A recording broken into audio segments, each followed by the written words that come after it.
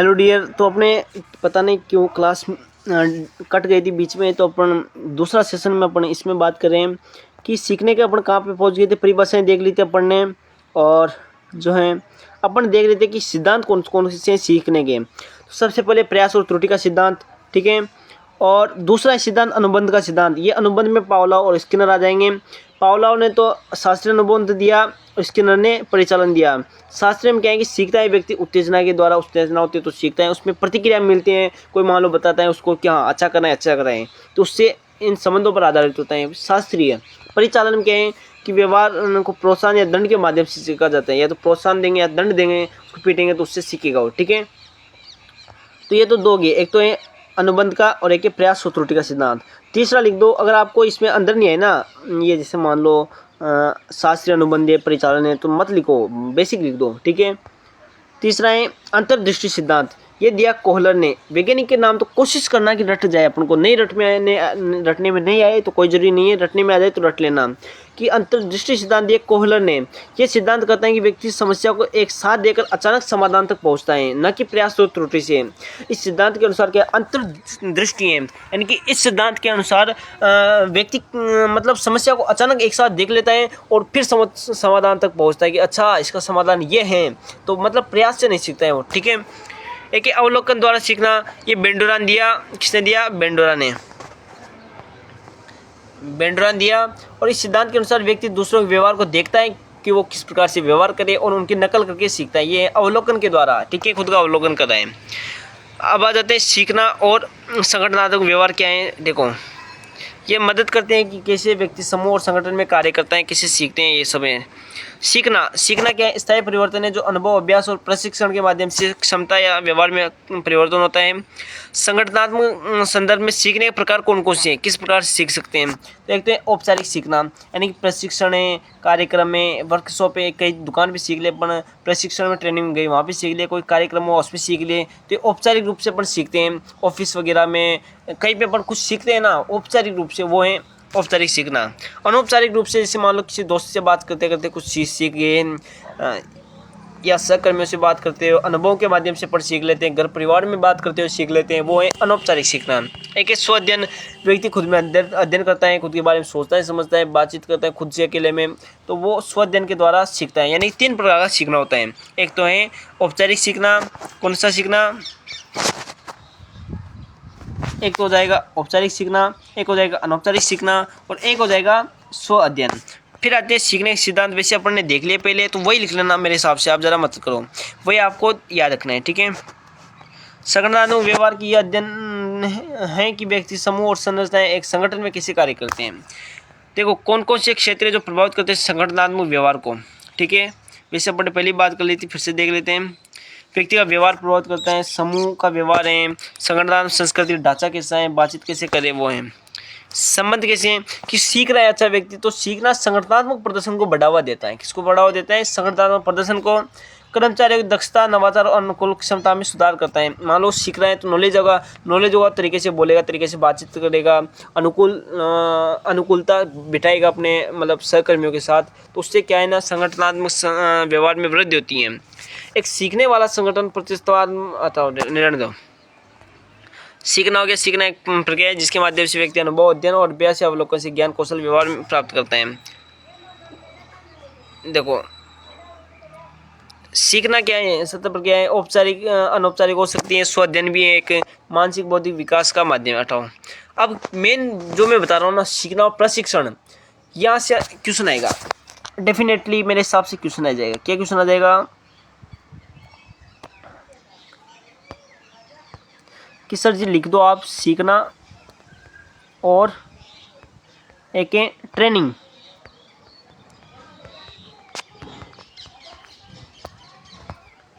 Training यानी कि सीखना और ट्रेनिंग क्या है, ये समझ सकता हूँ। रुको एक बार,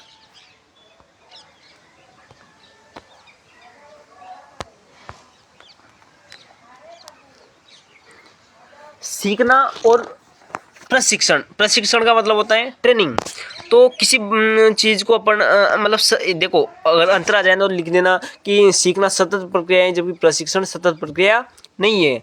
सीखने के द्वारा व्यवहार और व्यवहार में स्थायी परिवर्तन आता है, जबकि प्रशिक्षण से नहीं आता है। आप ऐसे लिख दो बना के। इसके अलावा सीखना क्या है, किसी भी चीज़ों को अनुभव और अपने व्यवहार के द्वारा ग्रहण करना, जिससे स्थायी परिवर्तन होता है। जबकि प्रशिक्षण में क्या लिखना है आपको कि यह सीखे गए व्यवहारों और सीखे गए मतलब जो भी अपन ने सीखी गई चीज़ें हैं उनको फॉलो करना या लागू करना किसी तो वो है प्रशिक्षण। तो देखते हैं एक बार, अपन ने सीखने के बारे में बहुत सारी चीज़ें देख ली, अभी नीचे भी देख लेंगे अंतर में। प्रशिक्षण क्या है, एक व्यवस्थित प्रक्रिया है, वो तो सतत है, ये व्यवस्थित है। इसमें व्यक्ति को विशेष कौशल या कार्य करने की योग्यता सिखाई जाती है, उसमें योग्यता सिखाई जाती है। जबकि उसमें जो है ना कोई भी चीज़ सिखाई जाती है, इसमें योग्यता सिखाते हैं।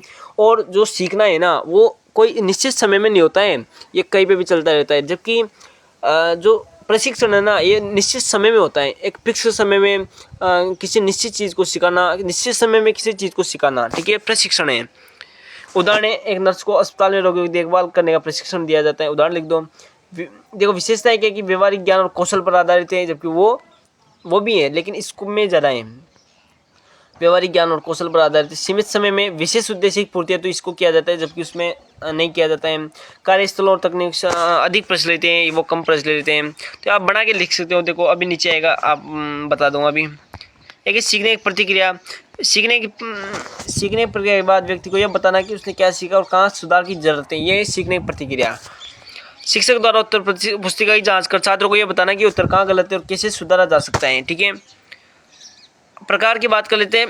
प्रतिक्रिया, देखो सीखने की प्रतिक्रिया, कोई व्यक्ति कुछ सीख रहा है तो उसको अपन बताएं कि हाँ ये गलती है इसमें, ये सही है। तो ये सीखना अलग अलग प्रकार का होता है। एक तो सकारात्मक पॉजिटिव क्या हो जाएगा अपने, अरे यार पता नहीं कहाँ पे चले गया। एक तो पॉजिटिव जो है ना अपने फीडबैक, एक तो पॉजिटिव फीडबैक यानी सकारात्मक प्रतिक्रिया, एक नकारात्मक प्रतिक्रिया और एक निर्माणात्मक प्रतिक्रिया। यानी कि अपन को उसको बताएंगे कि हाँ ये गलती इसमें और इसको ऐसे से सुधारना, यानी कि उसका उत्साह बढ़ेगा। मान लो अपन उसको बता देंगे कि हाँ तूने सही किया है और ये ऐसे ऐसे करना है और सही है बिल्कुल तेरा, तो उत्साह बढ़ेगा। लेकिन अपन बता देंगे तुझे इतना समय नहीं आता, ये गलती कर दिया, फलाना कर दिया, ढिकड़ा कर दिया, तो आपको मतलब उसमें नकारात्मकता दिखेगी। तो कमियों की ओर ध्यान दिलाती है, व्यक्ति की कमियों की ओर। या तो फिर ऐसे भी बता सकते हैं अपन बहुत सी बार कि ये तुम्हारी ये गलती है और इसको ऐसे ऐसे सुधारना है, तो कमियों की ओर ध्यान दिलाती है, नकारात्मक, ठीक है।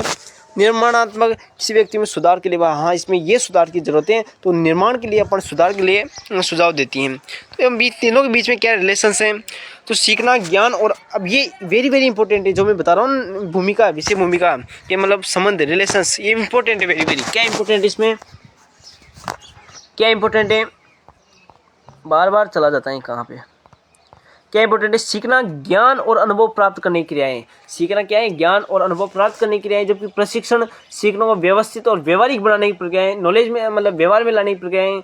और प्रतिक्रिया यह दिखाती है कि व्यक्ति ने क्या सीखा और कैसे बेहतर हो सकता है। ये मतलब इसको तो डिब्बे में बंद कर लेता हूँ क्योंकि वेरी इंपॉर्टेंट है, मतलब इंपॉर्टेंट भी और थोड़ा शानदार चीज़ें हैं, काफ़ी मतलब मज़ेदार बातें हैं, इसको याद रखना है हमेशा, ठीक है। प्रशिक्षण के द्वारा व्यक्ति सीखता है, प्रतिक्रिया के द्वारा वो अपनी सीख को बेहतर बनाता है। और इन तीनों मिलकर सीखने की प्रक्रिया को पूर्ण और प्रभाव हटाओ, ठीक है। दृष्टिकोण अपन देख लेते हैं एक बार क्या होता है। मानवतावादी दृष्टिकोण अपन ने देखा था 20वीं शताब्दी में अब्राहम मास्लो, कार्ल रोजर्स ने दिया था।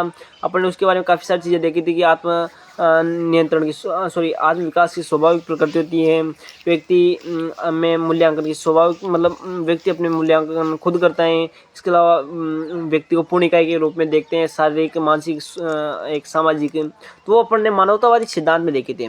दृष्टिकोण क्या है, वो मानवतावादी दृष्टिकोण के अंदर देखे थे। ये दृष्टिकोण क्या है कि दृष्टिकोण का अर्थ है किसी व्यक्ति का किसी वस्तु, विषय, घटना को देखना और उसकी स्थिति और देखने का, समझने का तरीका। देखो व्यक्ति किसी घटना, किसी वस्तु, किसी मतलब जगह को, किसी प्रकार व्यक्ति को देखता है, व्यवहार को, तो किस प्रकार से देख रहा है, किस प्रकार से उसके बारे में सोच रहा है, समझ रहा है, यानी कि किस नज़रिए से देख रहा है, वो है दृष्टिकोण। लेकिन उसके बारे में किसी स्टोरी बना रहा है, ठीक है, तो वो हो जाएगा अपने धारणा। क्या हो जाएगी, धारणा। प्रमुख विशेषता क्या है दृष्टिकोण की कि व्यक्तिगत भी हो सकता है, सामूहिक भी हो सकता है, ठीक है। वो मतलब किसी भी सोच सकते हैं, घटना को व्यक्तिगत भी हो सकती हैं और सामूहिक भी हो सकती हैं। समय के साथ परिवर्तित होती रहती है दृष्टिकोण, सकारात्मक और नकारात्मक किसी भी हो सकती है दृष्टिकोण। आपको ये याद रखना है थोड़ा। देखो उदाहरण से समझ में आएगा। किसान का जलवायु परिवर्तन के प्रति दृष्टिकोण कैसा होगा, कृषि आधारित होगा, जबकि एक वैज्ञानिक का कैसा होगा, शोध आधारित होगा। एक बच्चा मोबाइल को मनोरंजन का साधन मानता है, ये उसका सकारात्मक दृष्टिकोण है, जबकि शिक्षक उसे ध्यान भटकाने वाला उपकरण मानता है, ये नकारात्मक क्या हो जाएगा, दृष्टिकोण हो जाएगा। ठीक है, यानी कि सकारात्मक नकारात्मक कैसा भी हो सकता है। प्रभाव क्या है कि दृष्टिकोण से हमारे निर्णय, व्यवहार और समस्याओं को हल करने की शैली प्रभावित होती है और सामाजिक समरसता और या संघर्ष का कारण भी बन सकते हैं। मूल्य, मूल्य की अब जल्दी जल्दी देख लेते हैं क्योंकि टाइम बहुत ज़्यादा हो गया। मूल्य की बात कर ले, वैल्यू कि मूल्य वे नैतिक, सांस्कृतिक और सामाजिक मान्यताएं होती हैं जो ये निर्धारित करते हैं कि क्या सही है और क्या गलत है, और क्या महत्वपूर्ण है और क्या कम महत्वपूर्ण है। मतलब वैल्यू से पता चलता है अपन को कि क्या महत्व है, क्या किसका कम महत्व है, किसका ज़्यादा महत्व है। ठीक है, व्यक्ति मूल्य अलग अलग प्रकार के होते हैं, जैसे व्यक्तिगत मूल्य, ईमानदारी, धैर्य, सामाजिक मूल्य, समानता, सहयोग, राष्ट्रीय मूल्य, देशभक्ति, नागरिक जिम्मेदारी, आध्यात्मिक मूल्य, सत्य। देखो सत्य और अहिंसा गांधी जी के मूल मूल्य थे। ऐसे ऐसे आपको याद रखना है, थोड़ा कम इंपॉर्टेंट है, इसको छोड़ देता हूँ। देखो ये इंपॉर्टेंट है, दृष्टिकोण और मूल्य में संबंध। कि दृष्टिकोण तो ये बताता है अपन को कि किसी चीज़ को कैसे देखते हैं, जबकि मूल्य ये दिशा, मतलब मूल्य ये तय करता है कि उसे हम कैसे मानते हैं, कैसे व्यवहार करते हैं उसके साथ, उसका वैल्यू कितना है, उसको कितना महत्व देते हैं। दृष्टिकोण तो सोच की दिशा है, जबकि मूल्य सोच की गहराई है, किस प्रकार से सोच रहे हैं वो दिशा है दृष्टिकोण, और किस गहराई से सोच रहे हैं, क्या महत्व दे रहे हैं, वो है क्या, मूल्य। ठीक है, बुद्धिमत्ता, बुद्धिमत्ता क्या है, मानसिक क्षमता है व्यक्ति की, जिससे व्यक्ति सोचता है, समझता है, समस्याओं का समाधान करता है, नई चीज़ें सीखता है, अनुभवों से ज्ञान प्राप्त करता है, वातावरण के अनुसार अनुकूलन करता है। यह एक व्यक्ति के सीखने, निर्णय लेने, विश्लेषण करने और व्यवहार करने की क्षमता को दर्शाती है। बुद्धिमत्ता अलग अलग प्रकार की होती है, जैसे मान लो आपको ज़्यादा नहीं आए ना तो हावर्ड गार्डनर लिख देना, थोड़ा ये भी इंपॉर्टेंट है। बुद्धिमत्ता किसने दिया, तो हावर्ड गार्डनर, वेरी इंपॉर्टेंट। और इसके अनुसार अलग अलग बुद्धिमत्ता होती है। भाषिक बुद्धिमत्ता, जो कोई व्यक्ति लिखने में होता है, कोई पढ़ने में, कविता में, कोई पत्रकार, मतलब ये भाषिक बुद्धिमत्ता है। ठीक है, एक होते है तार्किक गणितीय बुद्धिमत्ता, कोई मतलब वैज्ञानिक होता है, गणितीय इंजीनियर में जो है ज़्यादा होता है, गणित में उसकी रुचि होती है, मतलब उसमें ज़्यादा उसकी बुद्धि होती है। एक ही दृश्य स्थानिक, कोई व्यक्ति किसी चीज़ को, आकृति को देख लेता है तो अपने माइंड में सेट कर लेता है और उसके अनुसार चित्र बना देता है, डिजाइन बना देता है। इसमें आते हैं आर्किटेक्ट, कलाकार, डिजाइन, ये सब क्या करते हैं, किसी चीज़ को जल्दी से देख लेते हैं और कल्पना करने की क्षमता ज़्यादा होती है इनकी। तो एक तो भाषिक, एक तार्किक गणितीय, एक के दृश्य स्थानिक। एक हो जाएगा संगीतात्मक, किसी व्यक्ति में संगीत को लेकर स्वर ताल को समझने की क्षमता ज़्यादा होती है।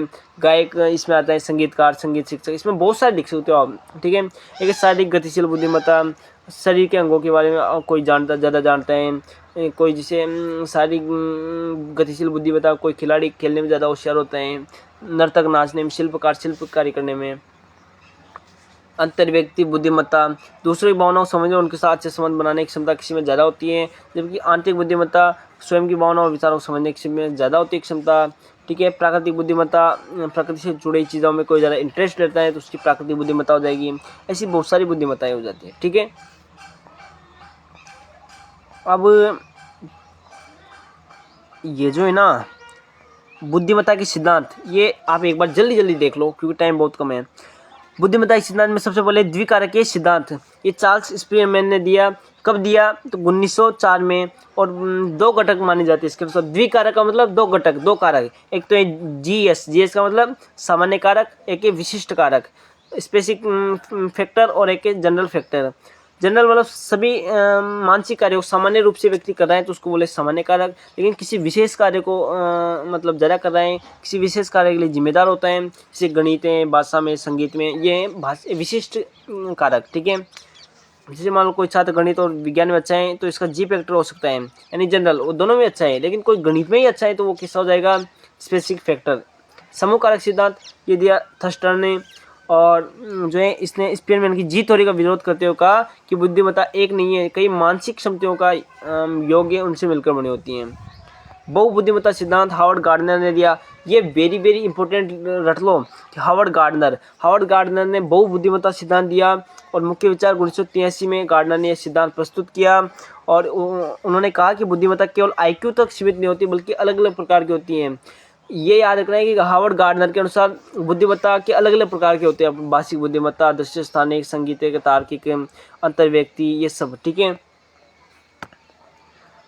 महत्व की बात करते हैं, ये सिद्धांत शिक्षा प्रणाली को विविध दृष्टिकोण से देखने को प्रेरित करता है। एक त्रिआयामी सिद्धांत रॉबर्ट स्टर्नगर्ड ने दिया, मतलब इसमें आप तो देख लेना, आप एक बार जरूर पढ़ लेना, इसमें ज़्यादा है नहीं, देखो इंपॉर्टेंट भी नहीं है, इसको आप एक बार देख लेना, बस हार्वर्ड गार्डनर वाला जरूर याद रखना है, ठीक है। अब मापन के तरीके देख लेते हैं, किस प्रकार से मापते हैं कि एक तो आईक्यू टेस्ट के द्वारा, सबसे फेमस स्टडी का कोर्स है आईक्यू टेस्ट वाला। इसमें व्यक्ति की तार्किक, गणितीय, भाषिक और स्थानिक क्षमताओं का मतलब इनमें मापा जाता है, ठीक है।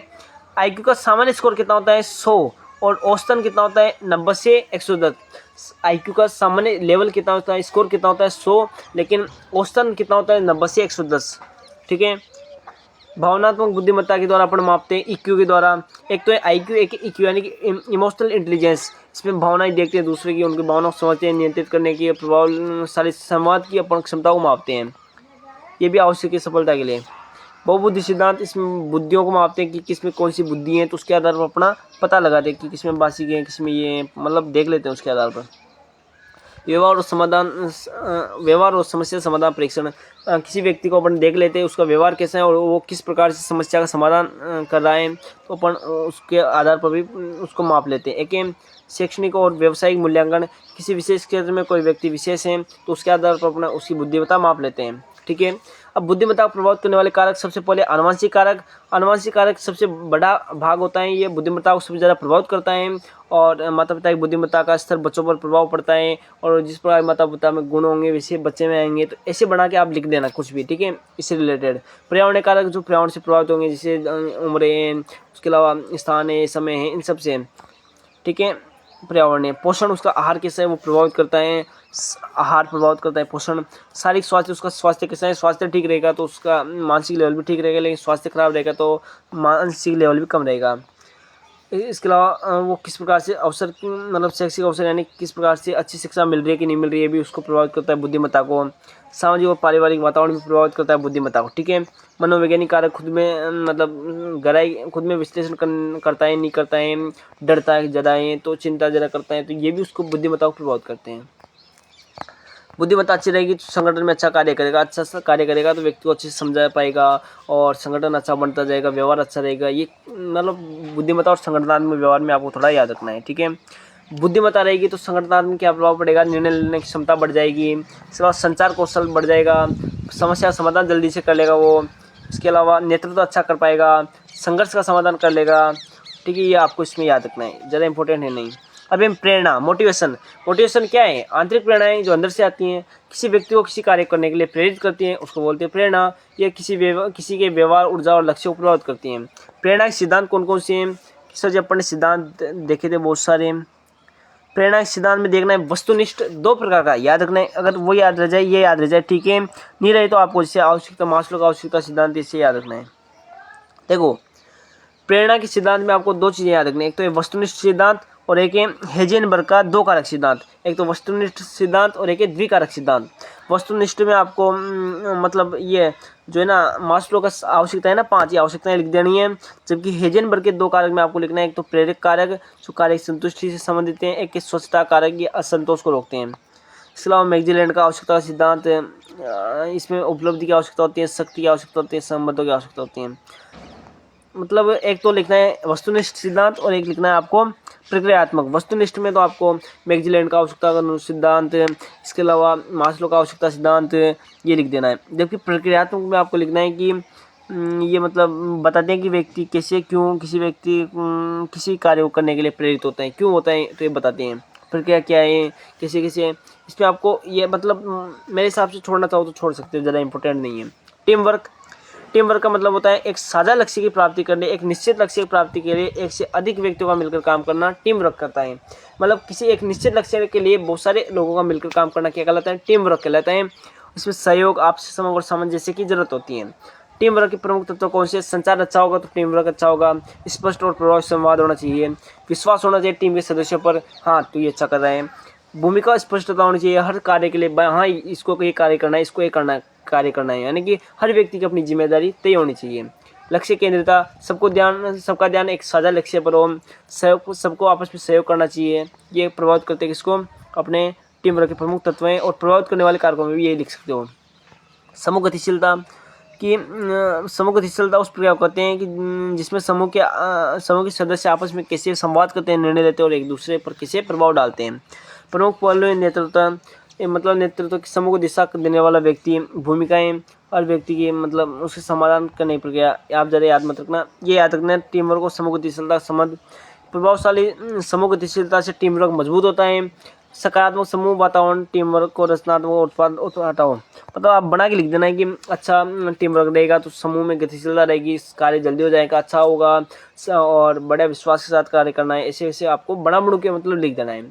तो ये जो अपना पर्सनालिटी डेवलपमेंट था इसी के साथ कंप्लीट होता है। और मेरे हिसाब से अगर कम से कम मैं बात कर रहा हूँ, कम से कम ऑब्जेक्टिव में बिल्कुल बात नहीं कर रहा कि ऑब्जेक्टिव मिलेंगे, लेकिन मिल जाएंगे, अधिकांश इसमें मिल जाएंगे। अगर नहीं मिले ना तो वो नहीं मिले ना उसके बारे में मैं बात कर लेता हूँ ना, तो लगभग मतलब 100 नंबर का यदि आपके पेपर होता है ना, 100 में से 80 नंबर का तो मेरे हिसाब से तो कंफर्म इसमें मिल ही जाएगा। ठीक है, क्योंकि मेरे भी इसमें मिला था, तो लोड लेने वाली बात नहीं है, कुछ नहीं पढ़ना है, बस इसको रट लेना है किसी भी करके। जो कुछ फैक्चुअल चीज़ें जहाँ पे मैंने इंपॉर्टेंट चीज़ें बताई उनको तो रट के ही जाना है। ठीक है, तो यहाँ तक कंप्लीट है। अपने आगे के अपने जो भी अपने बातें करनी होगी नेक्स्ट अपन सेशन में कर लेंगे। ठीक है, तो थैंक यू, धन्यवाद।